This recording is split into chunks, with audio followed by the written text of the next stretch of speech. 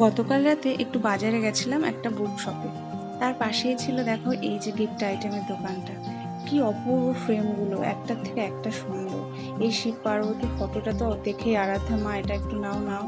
তারপরে এইদিকে রাধাকৃষ্ণের ছবি দুটো তো দেখে চোখ দুটো জুড়িয়ে গেল, এত সুন্দর। দাম জিজ্ঞেস করতেই বললো ওই 1200-1300 করে হয়তো হবে, হয়তো একটু বার্গেনিং করলে আর একটু কম করে দেবে। এই যা, আজ আর না হয়নি, তবে ইচ্ছে আছে পরে একদিন নেব। এদিকে সকালে উঠে বেডটা ঠিক করে নিচ্ছি, আর এই যে আরাধ্যা আমার সামনে বসে কত রকম এক্সপ্রেশন দিচ্ছে। বেডটা ঠিক করে একটু কুলারে জল দিয়ে দিয়েছি। আরাধ্যা স্কুলে গেছে, ওর বাবাই ওকে দিয়ে আসে।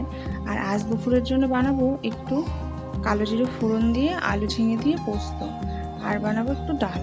গতকালের একটু চাটনিও আছে আর একটু মাছের তরকারিও আছে। আর কি লাগে বলো দুপুরে? আমার তো শুধু ঝিঙে আলু পোস্ত দিয়েই হয়ে যায়। পোস্ত যা কিছু আইটেম সব কিছুই আমার ভালো লাগে। পোস্তর বড়া, আলু পোস্ত, আলু ঝিঙে পোস্ত, পোস্ত বাটা, যা কিছুই হোক না কেন আমার পোস্তর আইটেম সব কিছুই ভালো লাগে।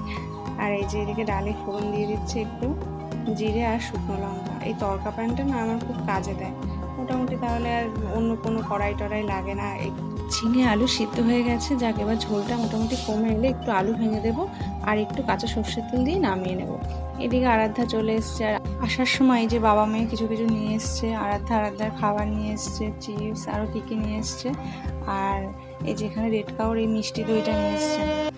দইটা খেতে খুবই টেস্টি, টক টক মিষ্টি মিষ্টি, খুব ভালো।